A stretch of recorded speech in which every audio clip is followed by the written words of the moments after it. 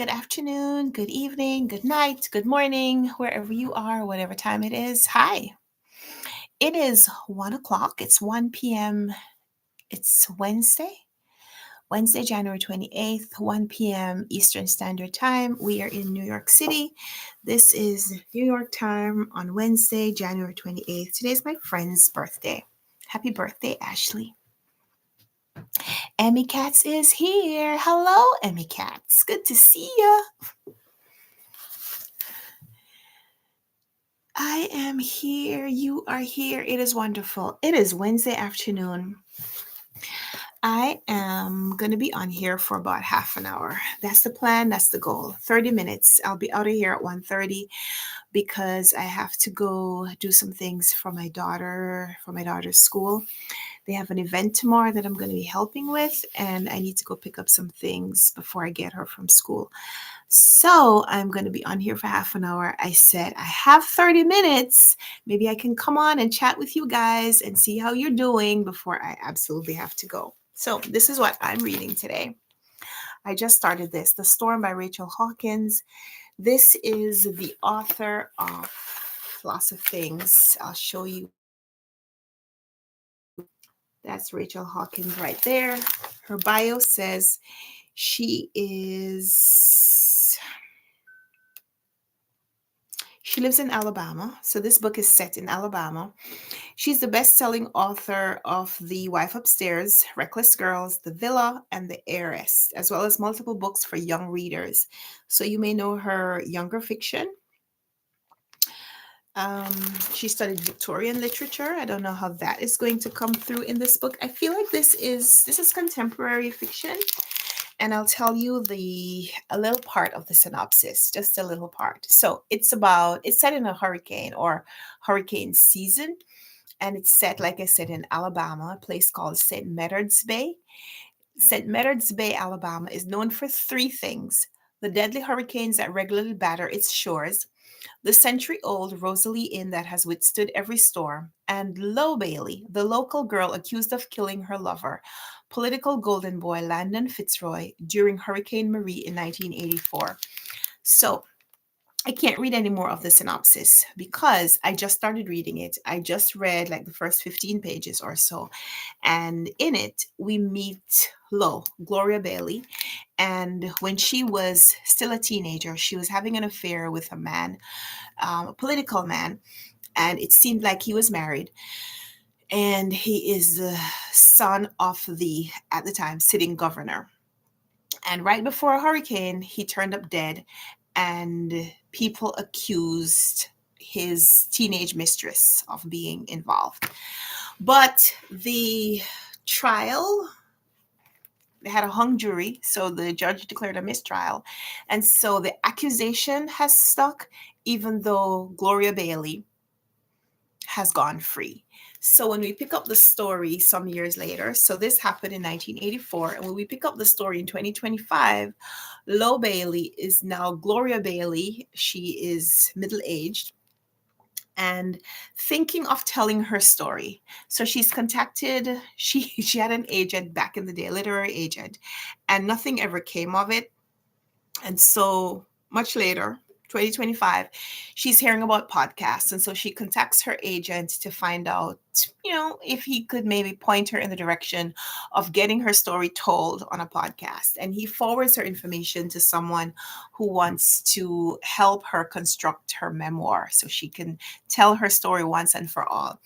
She is still thinking podcast would be the way to go. She's heard about all these crime podcasts. She says like people that she works with listen to them. And so if someone's going to eventually stumble upon her story and make it into something that is financially lucrative, that she wants to be the one to benefit because it's her story to tell.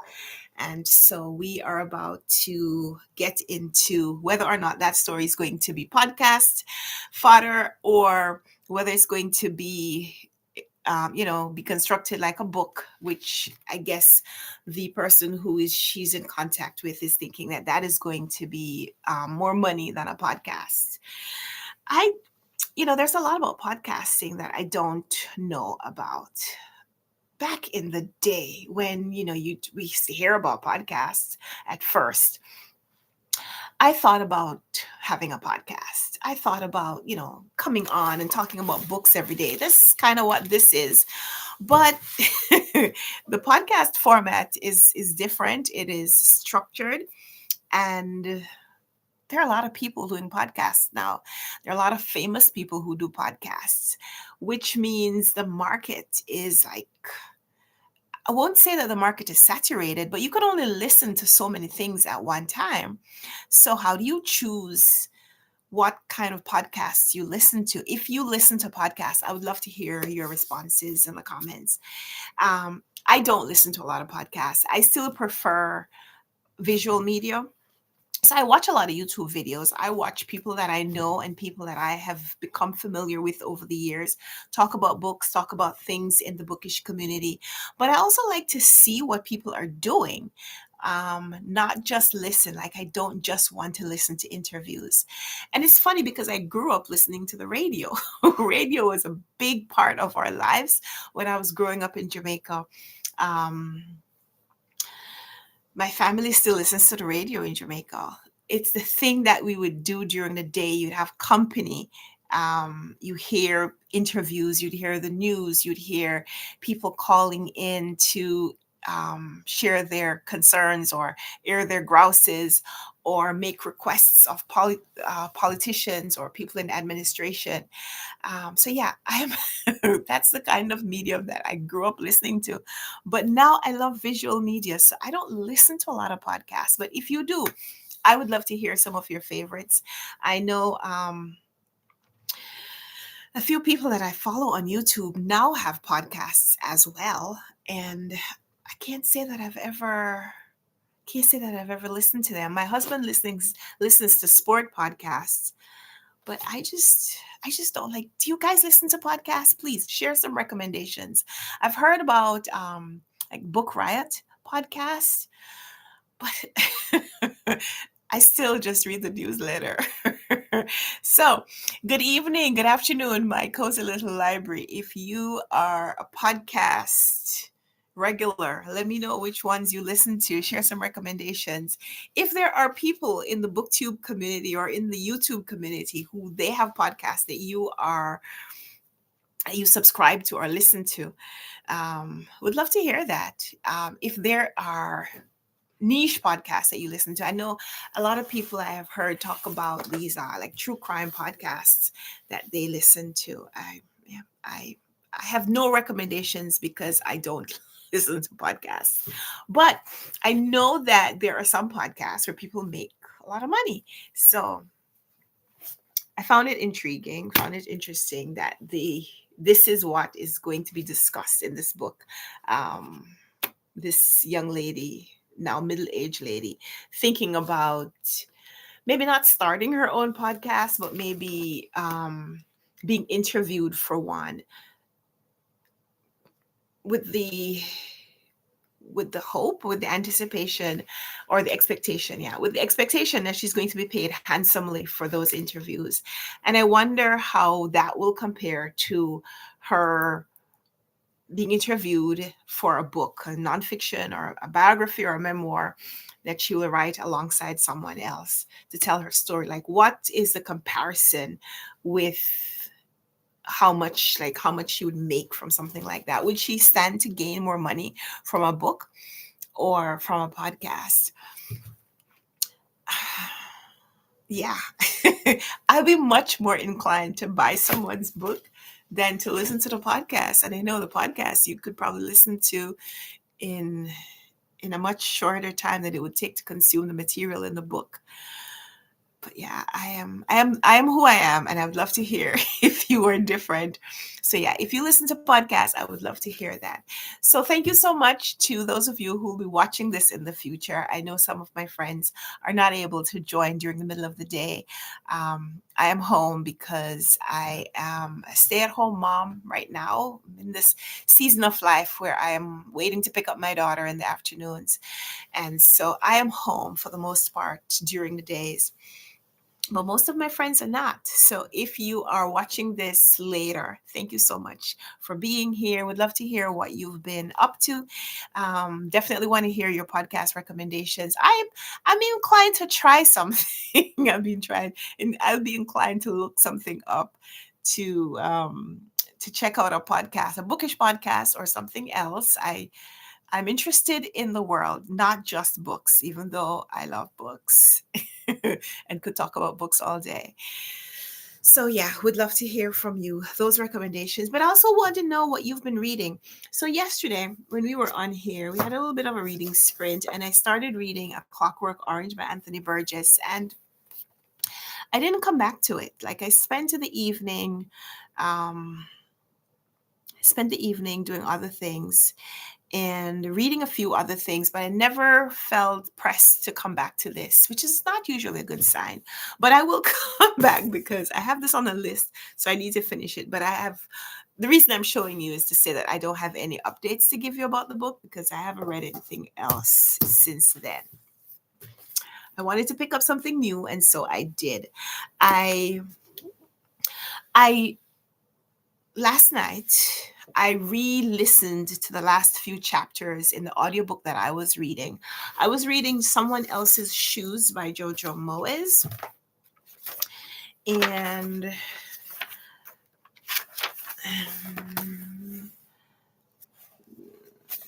that's the picture right there. So Jojo Moyes has a lot of books, and I have read a lot of them. I'm going to track. So, I told you I have a few authors that Krista calls it reading to zero. For me, I call it a completist challenge. I'm trying to read all the books that this author has published. In this case, the three authors that I'm following this year, all of these are authors who have passed away. So they're not publishing anything new. A couple of like Barbara Pym, a couple of Barbara Pym's works were published after she died. But I think this is the extent of her work. I don't think there's anything else that's going to be published posthumously. So I think this is a complete collection of Barbara Pym's novels, and I'm working my way through them. Toni Morrison, same thing. I haven't heard that there is like any um I haven't heard that there's any new publication coming from any of these authors.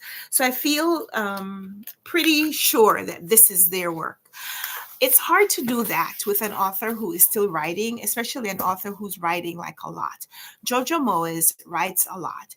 She has published maybe a book every year or every other year for many years. And I've read a lot of her books, but I still have quite a few to read. And so I'm not trying to read them to zero. I will track to see what she's published so far, just kind of making sure that I have read most of the books on her backlist that I am interested in.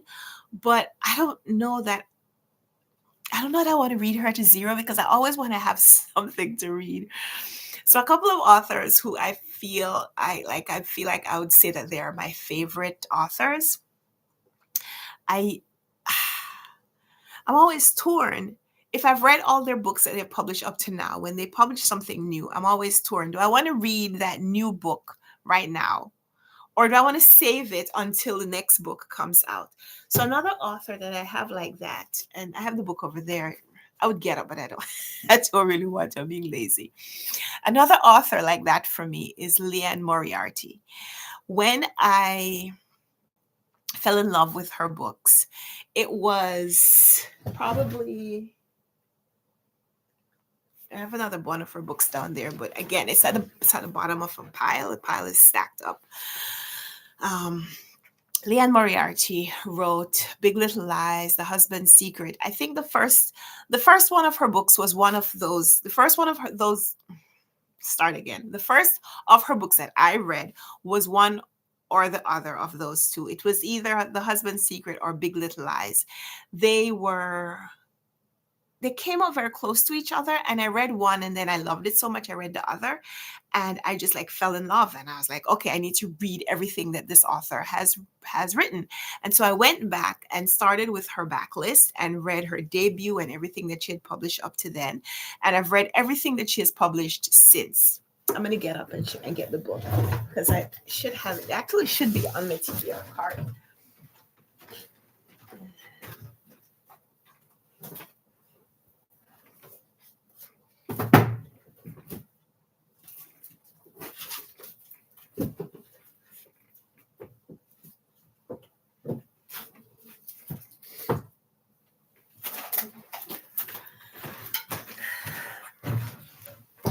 She's an Australian author, and I just love her books. So this one, this is her most recent publication. It came out last year. It is Here One Moment, and I have this out from the library, and I have wanted to read it, but I also know that when I've read it, I won't have anything new to read from her until the next book comes out. And so I just kind of want to wait. I just wanted to wait. I could have read it by now. It's about 500 pages. I could have read it by now. I've had this out from the library for a few weeks. I've renewed it. I think I may actually need to return this one and to request another copy because I've had it for a while. But yeah, I've read everything from this author except this new book. All of her books, whether I read them like right as they are published or not too long afterwards, I've read everything that she has published, excluding this. I have a few authors like that. Another favorite author recently passed away, Sophie Kinsella. Sophie Kinsella died in December. And I read a lot of her books, but I know there was a period where I wasn't reading much, where she was still publishing, like the Shopaholic series.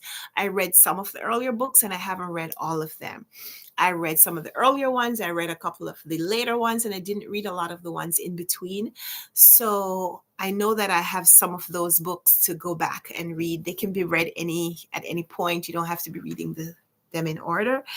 So I know I have books that I can go back and read. She has a lot of standalone books, books for younger readers, as well as books for more mature readers. And I know I have books that I can go back and read from her. So that's great. I mean, there's so many favorite authors that I have, so I don't really need to worry. It's not like this is the last book of this genre or the last book of its kind that I have to save it. So I think I'm talking myself into reading this very soon. I will. But for now, this is my current read, The Storm by Rachel Hawkins. I wasn't sure if I wanted to read a book about a hurricane, considering that a hurricane just devastated my island of Jamaica, and specifically people that I love, were devastated by the recent hurricane. But not reading the book isn't going to change those circumstances. And I feel like even though this will have content about storms, it's still different. Like it's not a book that's set in the Caribbean. It's set in the United States. It's set in Alabama. So I don't know. Some of that might be healing for me. I don't know. I don't know if I'm reading the book and I feel like it's too much, too close, too quickly, then I'll put it down. But I think Rachel Hawkins is a thriller, suspense author. And I feel like there's going to be more in here to focus on than just my thoughts. So that's why I think I can read this. So I'll let you know. How it goes. In my cozy little library said it can be intimidating to want to read all the books by a prolific author. Yeah. Some of my favorite authors publish one a year or one every 2 years. For someone who like their favorite authors like Stephen King or James Patterson, that could be a completely different challenge. That could be a completely different challenge, especially, when they find out that their favorite author is now writing under pen names, writing collaborations. You could make following those authors a full-time job. So Anyway, all right. So we're going to spend like 10 minutes, 10-minute reading sprint because we come on here. We should read something together, right? So I'm going to set the timer for 10 minutes because after that, I'm going to have to go. So I'm going to read for 10 minutes and then I'll tell you if I learn anything significant in those 10 minutes that I could share with you because we have to end at 1:30. Oh, I like also that the book has lots of different formats in it. Like we open up with some text message and some email exchanges. We also get like newspaper article or maybe online newspaper articles. So I love that. I love seeing mixed media in novels and I love reading from lots of different perspectives inside a story. So setting the timer for 10 minutes so we can read together.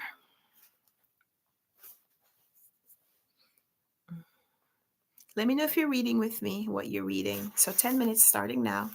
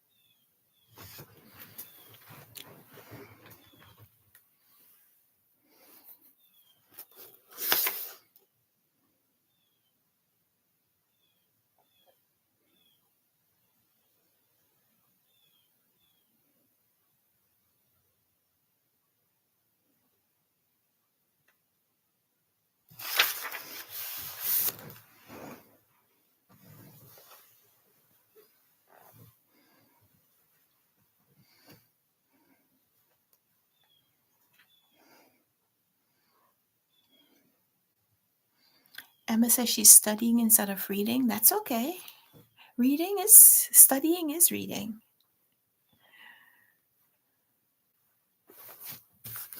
You're just about halfway there, 125, for 5 more minutes.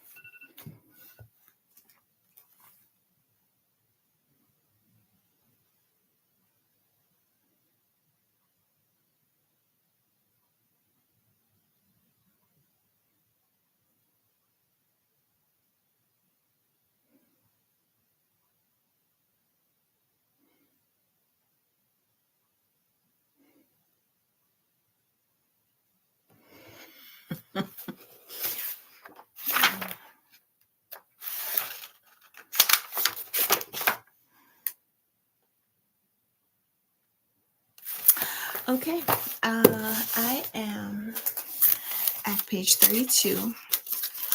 And so we have another character that we were introduced to in this book. We're introduced to the woman who owns the inn, the Rosalie Inn. The century-old Rosalie Inn that has withstood every storm. So she has inherited this place from her family, and she's running it along with her best friend is the assistant manager. So she and her friend are working, running this inn. And the man who is going to be working with Gloria, also known as Lo, the young woman who was accused of the murder, the person that she has reached out to, who she's hoping will help her get her story told. His name is August, and he just announced that he wants to come to stay at this inn while he's doing the research necessary for that story, whether it's a book, or I think he wants to write a book. He's a writer. So she wants a podcast, he wants a book, but the person she's working with, he's going to get to choose what media, right? So he's coming now to stay at the inn. And so we're meeting her, the woman who's running the inn, as another character. So three characters that we're following right now: the woman who owns the inn, the man, the writer who's coming to stay there, and the young woman whose story he wants to get told. So still early days, just at page 30. Did I say 30, 31, 32? Yeah, 32. So I will come back to this. I'm interested enough. I'm going to log it on Goodreads as currently reading and take it with me when I go out. So thank you so much for coming on and spending a few minutes with me. I'll try to come back on tomorrow, maybe a little earlier tomorrow. Um, I might not be on tomorrow, but I will try. If I do come on tomorrow, it will be early, and maybe a little earlier than this, and just for a little bit. But thank you so much for being here today. So I will see you in the next video. I posted a video yesterday, which was a reading log, a reading vlog, a reading vlog from the weekend, where I shared the books that I had finished over the weekend. And it was a lot of reading, a lot of other things, but also a lot of reading. And so I hope that you'll watch that video and, interact with it, comment, give it thumbs ups, share it if you like. And I'll see you in the next one, hopefully soon. So thanks for being here. Enjoy the rest of your day, whatever you're reading. I hope you enjoy it, and I'll see you soon. Bye.